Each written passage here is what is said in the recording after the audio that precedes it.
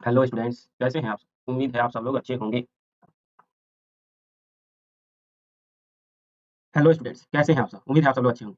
हम लोगों ने प्रीवियस क्लासेस में कई सारे अंतर्राष्ट्रीय आयोजनों एवं सम्मेलनों से जुड़े कई सारे टॉपिक्स को कवर किया है। इस क्लास में हम लोग अंतर्राष्ट्रीय संबंध के कई सारे महत्वपूर्ण मुद्दों को कवर करने वाले हैं, जिसमें से फर्स्ट टॉपिक होगा आवाज प्रोग्राम ऑफ एक्शन। 2023-24 में जो शुरू किया गया था आवाज प्रोग्राम ऑफ एक्शन, जो कि 2026 के लिए भी महत्वपूर्ण है। इसके बाद से दूसरा टॉपिक होगा हम लोग का ग्रेट ग्रीन वॉल परियोजना। दूसरा टॉपिक क्या होगा जी? ग्रेट ग्रीन वॉल परियोजना, जो कि अंतर्राष्ट्रीय स्तर पर सबसे सुर्खियों में रहने वाला एक परियोजना है। इसके बाद से हम लोग बात करेंगे ग्लोबल ग्रीन पीस इंडेक्स। कौन सा जी? तो ग्लोबल ग्रीन पीस इंडेक्स पर बात करेंगे हम लोग।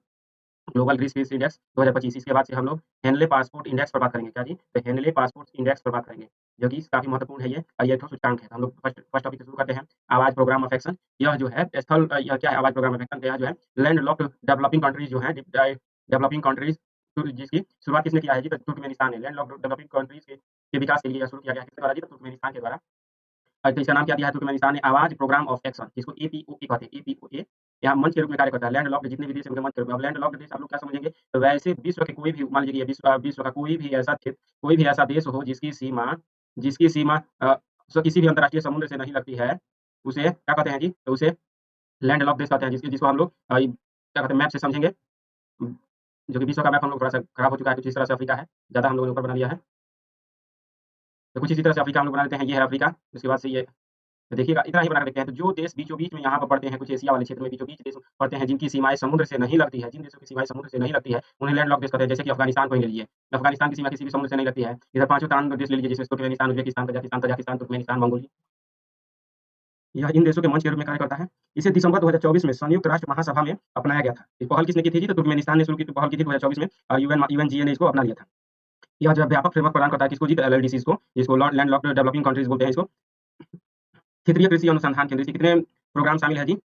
इसके प्रोग्राम ऑफ एक्शन में क्षेत्रीय कृषि अनुसंधान केंद्र है। उसके बाद से है अवसंरचना निवेश वित्त सुविधा का शुभारंभ। क्या नाम है जी? तो अवसंरचना निवेश वित्त सुविधा का शुभारंभ। उसके बाद से व्यापार और क्लाइमेट रेजिलियंस। क्या नाम है जी? तो व्यापार और क्लाइमेट रेजिलियंस। अब देख लेते हैं अगला टॉपिक हम लोग का था ग्रेट ग्रीन वॉल परियोजना। ग्रेट ग्रीन वॉल परियोजना क्या है जी? तो एक तरह से ग्रेट ग्रीन, आप लोग सबसे पहले इस शब्द को समझिए। ग्रेट ग्रीन का अर्थ होता है, ग्रेट मतलब महान, और ग्रीन मतलब कि हरा। तो यहाँ पर देखिए महान हरा, तो महान हरा क्या हो सकता है जी? तो हरियाली लगाना। तो हरियाली लगाना तो कहाँ पर? एक विशाल क्षेत्र में हरियाली लगाने से जुड़ी हुई योजना है, जो कि आप लोग यहाँ पर देख सकते हैं कि अफ्रीका महाद्वीप में यहाँ पर बीचों-बीच जो देखिएगा ये क्षेत्र है, यहाँ पर ये पूरा का पूरा वृक्ष आवरण लगा देना। ये पूरे के पूरे क्षेत्र में वृक्ष आवरण लगा देने की एक परियोजना है। इसी का नाम दिया गया ग्रेट ग्रीन वॉल प्रोजेक्ट। तो यह क्यों लाया गया है जी? तो यहाँ पर आप लोग जानते होंगे, ज्योग्राफी पढ़े हैं, तो यहाँ पर क्या है जी? तो सहारा मरुस्थल का, विशाल सहारा मरुस्थल है। और यहाँ पर आप लोग ने है ही, जो कि इजिप्ट वाले सारे क्षेत्र में, तो सबके सब सहारा मरुस्थल का है। तो सहारा मरुस्थल का दक्षिण की तरफ धीरे-धीरे विस्तार हो रहा है। इसी दक्षिण की तरफ विस्तार हो रहा है, तो इसको रोकने के लिए, ताकि ये जो सहारा मरुस्थल है वो दक्षिण की तरफ आकर इन क्षेत्रों को प्रभावित न करे, यहाँ पर सहारा में विस्तार से रोकने के लिए बना है। तो यहाँ पर देखें तो इसकी शुरुआत कब हुई थी? तो 2007 में ही अफ्रीकी संघ द्वारा शुरू की गई थी। ग्रेट ग्रीन वॉल प्रोजेक्ट को 2007 में अफ्रीकी संघ द्वारा शुरू की गई थी। यहाँ पर 2030 तक इसका लक्ष्य है 100 मिलियन हेक्टेयर क्षेत्र को, निम्नीकृत भूमि को पुनरुद्धार करना है। 100 मिलियन हेक्टेयर, इसलिए तो इतना विशाल भूमि को पुनरुद्धार से जुड़ा हुआ है, तो तभी तो इसको ग्रेट ग्रीन वॉल प्रोजेक्ट नाम दिया गया है। इससे क्या होगा जी? 100 मिलियन हेक्टेयर का पुनरुद्धार करने से 250 मिलियन टन कार्बन को अवशोषित किया जा सकेगा। यहाँ पर पूरा वृक्ष लगा देता कितना? 250 मिलियन टन कार्बन का अवशोषण होगा, और इसमें 10 मिलियन ग्रीन जॉब्स उत्पन्न होगी। मतलब कि जो यहाँ पर पेड़ लगाने वाले होंगे, पेड़ों की रक्षा करने वाले होंगे, पेड़ों को जल डालने वाले जो कर्मचारी होंगे, उनकी जनसंख्या कितनी होगी? तो 10 मिलियन होगी।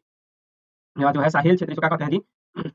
ये साहिल क्षेत्र के नाम से जाना जाता है। साहिल देश, इन देशों को, इनसे सटे हुए देशों को साहिल देश कहा जाता है, जिसमें मॉरिटानिया, माली, नाइजर, उसके बाद से यहाँ पर इरिट्रिया, जिबूती इसमें ही शामिल है। उसके बाद से बुर्किना फासो, सेनेगल, नाइजीरिया, चाड, सूडान, इथियोपिया, ये सभी साहिल क्षेत्र में शामिल है, और ये मुख्य भागीदार के रूप में, मुख्य भूमिदाता के रूप में यही आके उभरे हैं।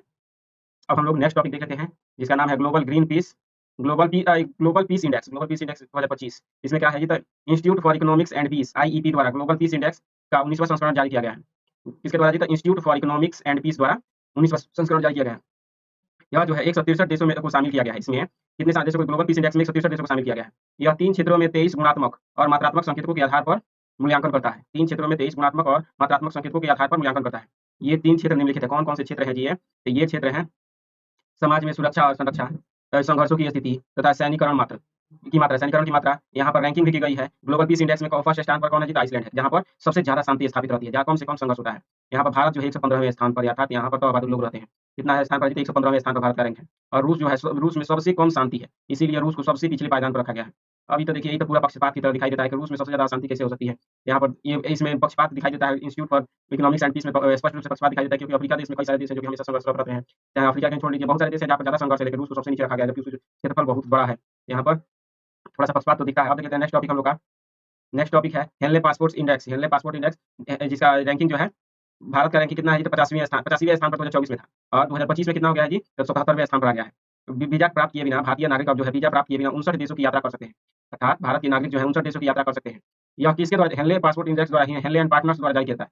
जारी करता कौन है जी? तो हेनले एंड पार्टनर्स। लेकिन किसके डाटा के आधार पर? तो यह डाटा लेते हैं अंतर्राष्ट्रीय वायु परिवहन संघ, जिसको आईएटीए कहते हैं। किसके डाटा पर जी? तो आईएटीए के डाटा पर ये लोग रैंक जारी करते हैं। इन्हीं के डेटा से लेकर और पता करते हैं कि कौन-कौन सा देश के लोग नागरिक कहाँ-कहाँ जा सकते हैं। सिंगापुर इसमें शीर्ष स्थान पर है। सिंगापुर शीर्ष स्थान पर है। तो इसको याद रखने की जरूरत है। हम लोगों ने सारे टॉपिक्स को इस क्लास में कवर कर लिया। अब हम लोग नेक्स्ट नेक्स्ट क्लास में नेक्स्ट टॉपिक पे को कवर करेंगे। तब तक के लिए धन्यवाद।